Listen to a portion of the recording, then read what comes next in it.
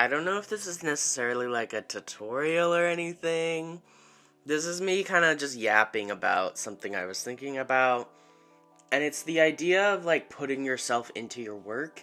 And I guess what I mean by that is like putting stuff about yourself into your creative project.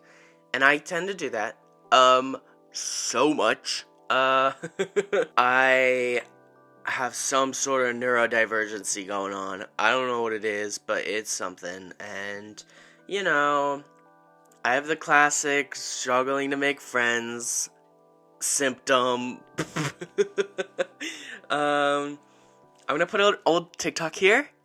Orla, that better not be what I think it is. You better not have brought my diary to school. I had to. I'm doing my book report on it. I'm going to put it here, James. Put it in here.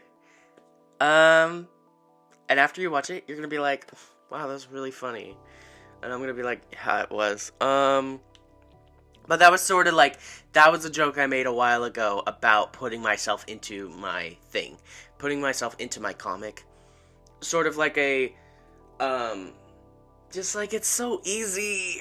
It's so easy. I made my characters bad at making friends, and it's based off of my shit, and it's so easy. It's like, oh wait, I know this one. Here we go. Yeah.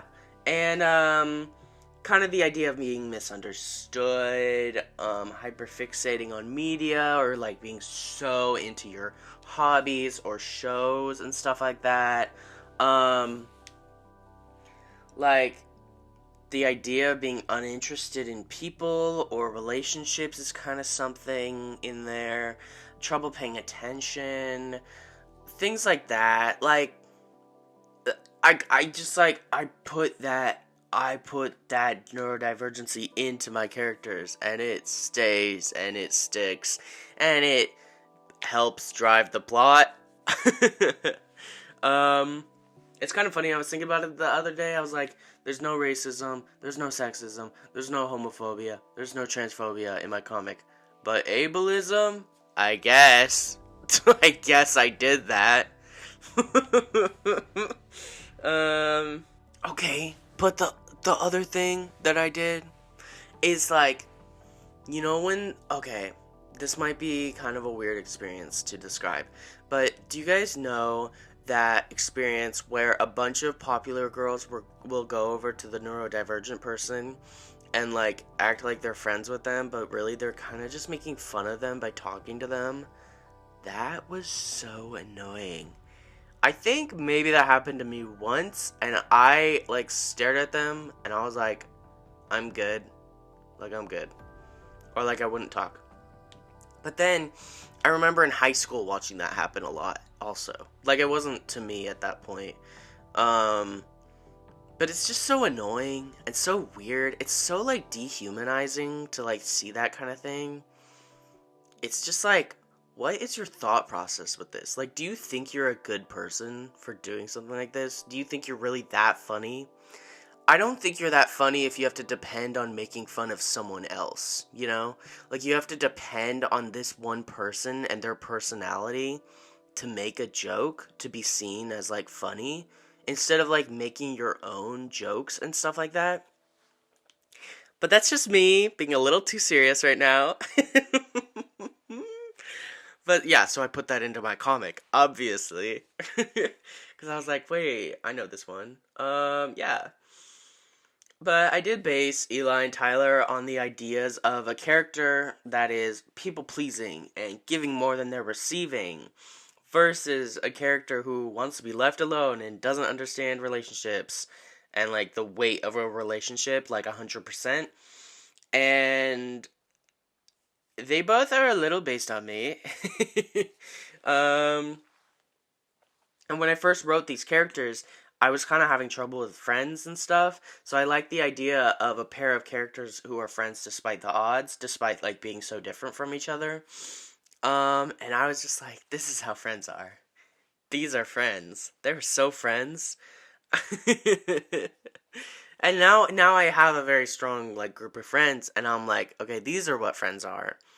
But also, my OCs are what friends are, you know?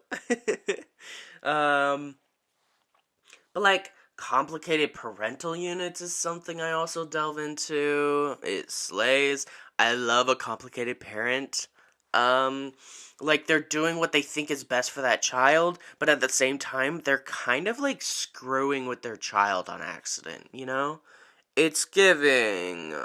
It's giving The King from Tangled the series. It's giving insert other character parents, you know? Um, I have a little bit of a complicated family, so I like to write a little bit of a dysfunction into the families I write. Um, yeah, the idea of like parents who don't know what they're doing, but they're trying their best, but they come off like bluntly or strict, or they're kind of like, like I was saying about like screwing with them, versus the children who want to support their parents because they know that the parent doesn't know everything and they need a little help, but it can cause a bit of pressure on the child. I love that. I love it. And it's like, I know how to write that. I know how to write that. um, I guess some other things I write about, I tend to write a lot of like grief plots, which is a little weird because I haven't actually gone through that much grief. So I don't know why it compels me so much, but I enjoy it. And I think I do an okay job at it. I think I show a lot of different ways that people deal with grief. There's like the person who doesn't want to talk about it, pushes it off until they kind of explode. There's, you know, there's the people that want to think about it. They want to think about the memories. They want to find the answers. And, with grief, it's like, yeah, sometimes there's not answers. And sometimes that's just it. Sometimes the thing happened and it sucks, but it's just like, that's life, And then there's, yeah. And, sometimes grief has happy endings. Like, not happy, but more of a bittersweet ending. Like, it's like, yeah, maybe you do find the answers, But sometimes it's like, maybe you don't, Maybe what you had with that person is all that it's ever gonna be, and maybe you had a bad, like, goodbye, you didn't have the right goodbye, and you can't really go back on that, and that's not really something you can change. I guess I talk about that a little in my comic, I tend to, whenever there's an experience happening with Eli and Tyler, I tend to basically make them go through the exact opposite experience, just because of their dynamic. I just enjoy that. I enjoy kind of like, it's almost like a foil, to each other's characters. They always go through the opposite version of each other's experiences. And I think that's fun, you know? Um, that's kind of all I had to say on that. But I think, this is like, I talked about this before. I think it was in the Write What You Know, so this is more just like an in-depth version of that. But putting yourself into your work, it makes the process easier. That's all I'm saying, Yeah, that's really all I had to say on that. Yeah, see you around. Bye.